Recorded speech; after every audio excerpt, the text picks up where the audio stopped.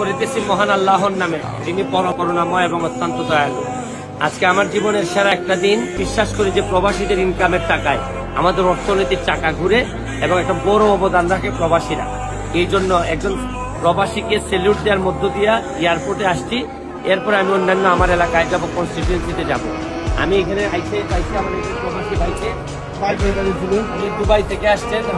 Dubai থেকে আসছেন ভাই, কি নাম? একটু কাছে নিয়ে হ্যাঁ, আফজাল হোসেন। আপনার ছোটখাটো একটা সমস্যার কথা শুনতে চাই যে আসা যাওয়ার ব্যাপারে কি কি করলে আপনাদের আরো উন্নতি হবে মনে করেন?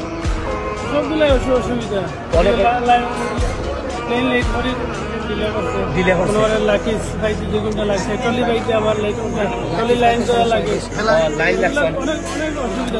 অনেক অসুবিধা।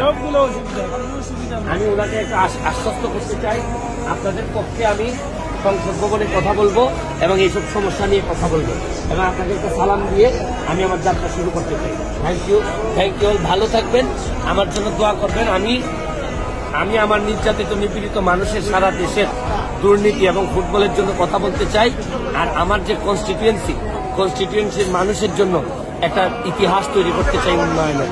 এই কথা বলে আমি আপনাদের আবারও সবার সহযোগিতা চাই, আপনারা সহযোগিতা করবেন।